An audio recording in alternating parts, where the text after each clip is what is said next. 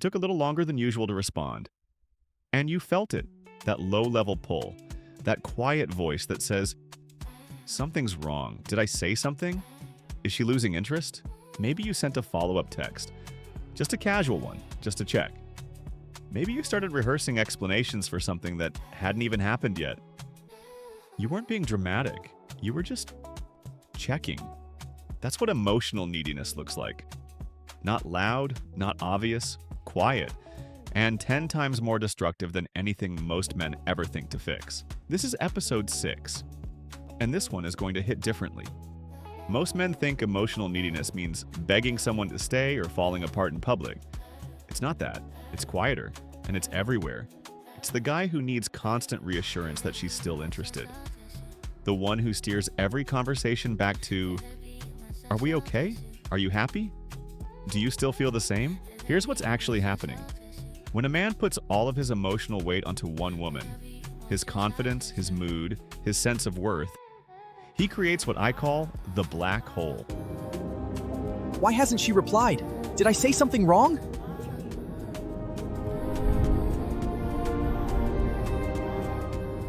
A black hole pulls everything around it inward. Light, energy, matter, gone. Nothing escapes. That's what she experiences. Every conversation gets pulled toward his insecurity. Every silence becomes something she has to fix. Every mood she's in gets hijacked by one unspoken question. "Are you okay with me?" She didn't sign up to be your therapist. She signed up to be your partner. The moment those roles merge, and she's already halfway out the door. Now, here's what makes this worse. She's seen this before. That kid in middle school who shut down when she didn't sit next to him. The coworker who kept asking if he'd said anything weird. The ex who needed daily reassurance just to function. She has a file. Most women do. And the second a new man starts triggering that same frequency, the nervous energy, the overinvestment, the need for constant validation, something clicks. She sees the lineup. Every man who came before you. And you're standing at the end of it. She doesn't decide this consciously. It happens in seconds.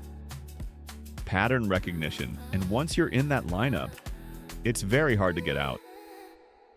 Quick pause if this is landing. Subscribe. This is episode 6 of a 16-part series, and every episode builds directly on the last. What's coming is the sharpest material in the whole run. Subscribe now. Let's keep going. Marcus and Keisha were 6 weeks in. Good chemistry. Real potential. But every time Keisha went quiet, Marcus's brain started running. "She's losing interest. I said something wrong. I need to fix this." So he'd send a casual text. "Hey, how's your day?" 3 times. He'd bring up future plans out of nowhere. A trip, a restaurant, just to hear her confirm she still wanted him around. Keisha noticed. She told a friend, "He's sweet, but it feels like I'm carrying him. Like if I don't respond the right way, he falls apart. He could be an undercover male feminist." Marcus had made Keisha his entire emotional being. His confidence, his reassurance, his proof that he was worth something. That's not a relationship. That's a hostage situation with good table manners.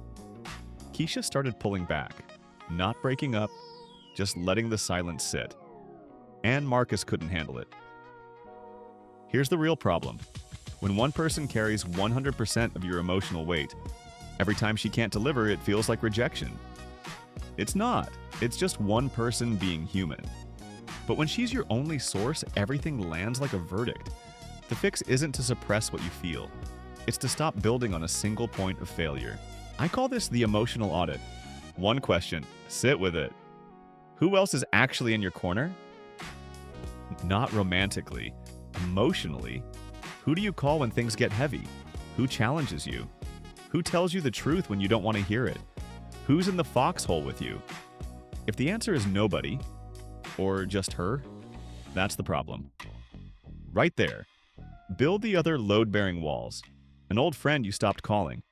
A mentor. A journal if nothing else. Distribute the weight. Because when you spread that weight out, you stop showing up desperate. You show up grounded. And grounded men don't need to be carried. Here's the tool. Next time you feel that urge to send the "just checking in" text, the "are we good?" Before you send it, run the motive check. One question: am I reaching out because I want to connect, or because I need to be calmed down? If it's connection, send it. If it's reassurance, put the phone down.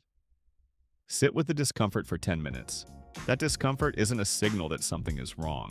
It's emotional neediness looking for a reset button. And every time you don't give it one, you build something better. It's the same muscle as retention.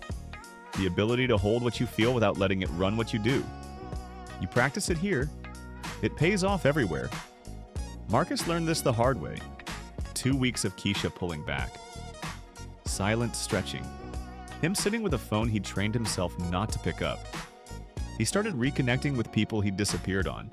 Started journaling, not because it's comfortable, because it works. Started running the motive check every time the urge came up. When he and Keisha finally talked, she said something he didn't expect.